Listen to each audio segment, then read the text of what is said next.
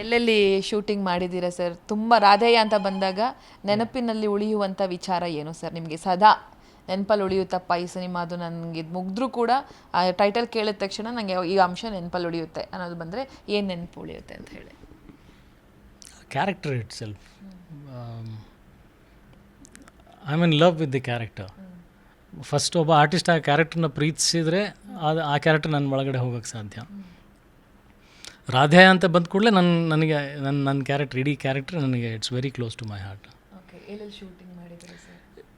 Shooting ಮಾಡಿದ್ದು ನಾವು ಬಹುತೇಕ ಬೆಂಗಳೂರಲ್ಲಿ ಆ್ಯಂಡ್ ಶಿವಮೊಗ್ಗ ಜೈಲಲ್ಲಿ ಸುಮಾರು ಸೆಟ್ಗಳಲ್ಲೇ ಕೆಲಸ ಮಾಡಿರ್ತಕ್ಕಂಥದ್ದು. ಸಿನಿಮಾ ಅದೇ ಥರ ಡಿಮ್ಯಾಂಡ್ ಮಾಡ್ತಾಯಿತ್ತು.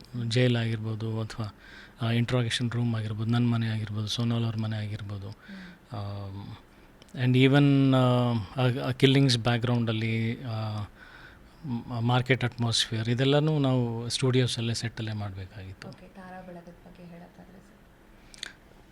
ಸೋನಾಲ್ ಅವರಿದ್ದಾರೆ, ಗಿರಿ ಅವರಿದ್ದಾರೆ, ಅರವಿಂದ್ ಅವರಿದ್ದಾರೆ,